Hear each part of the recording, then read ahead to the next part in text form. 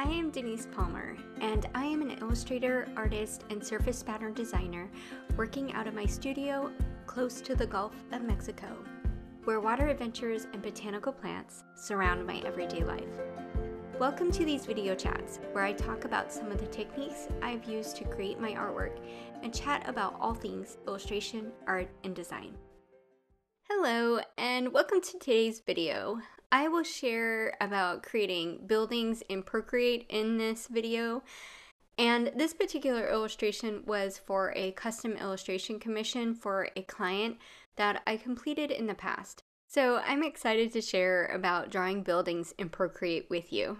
But hey, before we get too far into this video chat episode, if you really want to get into drawing buildings, I want to share with you something I created to discuss further how to start drawing buildings in my beginner's guide to drawing buildings in Procreate. You can grab a copy of the guide at the link in the description below this video if you want to take what we discussed today a little bit further and start drawing your own structures. Okay, let's get into it. I wanted to share the sketch process for this building with you since it is somewhat detailed, and I used the drawing guides to get my lines straighter. If you are doing a building that is more whimsical, you don't need exactly straight lines. I still use guides for most buildings. It helps to get the spacing the way I want it for the different details. I used lots of different guides for drawing, but since this is a front-facing building, I mainly used grids and symmetry for it. Plus, I did some copying, pasting for when I forgot to turn on symmetry. This project was for an illustration about England. I've never been there, but visiting one day is on my bucket list. There are tons of things that I could have drawn to capture England, but I wanted to draw what I imagined the city to look like through my filtered lens. That is what we do as artists. As an artist and illustrator, we see things through our own eyes, and we tell stories from what we see. Simply put, that is where your style comes from how you see the world. It starts there, from your filtered vision of something. For this project and illustration, I imagined walking through this city and into these storefronts. So of course, there had to be a flower shop that provides all the flowers to decorate the storefronts too. Not to mention flowers in general to people needing to cheer someone up as they walk by the store and decide to go in and buy some flowers to give to someone that they love and care about. In my imagination, the city was alive with people walking around, cars driving by, and the flower shop owner watering the flowers next to her store. I will share a finished preview of this at the end of this video so you can see what the finished design looks like, so stay until the end to get a chance to see it. As I was creating this store, I'm thinking about how it comes to life during the day and what it is like to be here, in this place, at this moment in time.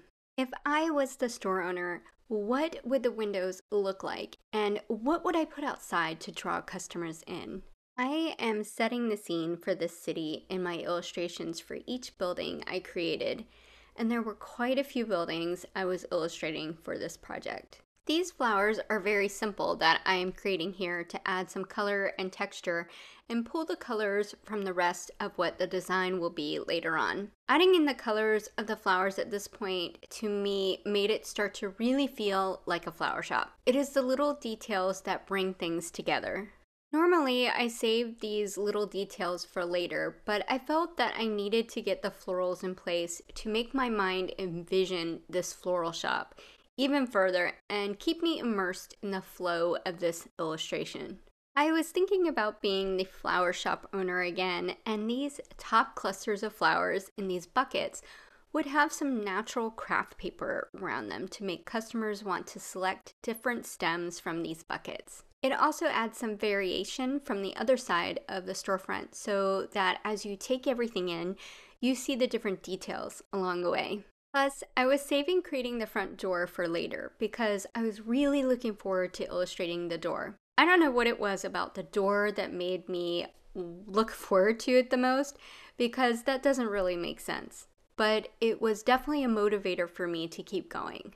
Maybe because I had looked at paint colors and over 100 different images of doors to get the feel of buildings, And I had drove around our town and other cities and taken lots of photographs of buildings that I loved that inspired me to love the doors so much. I also was imagining this store opening and closing with customers going in and out, and that there was probably a little dinging sound that would happen when the door opened. And the sign would tap against the glass some as it was opened and closed. Another major part of the buildings were the names of the storefronts. I had a lot of fun naming my stores, and I really thought about each shop and what would be in it. I also relied on some friends who are from England as to what stores and restaurants are really there. Some of them I never would have thought of without their real feedback and insights. You know who you are, and thank you, my friends. You are amazing, and I just loved getting to chat with you about the city. I actually struggled with this store's name a bit and realized that bloomers can be considered like underwear, and this was definitely not an underwear store. So in the finished illustration, I ended up changing the name to Bloom Florist. Every city, every country, and every home reflects something about the people who live there. It is a part of us and our story of navigating this life.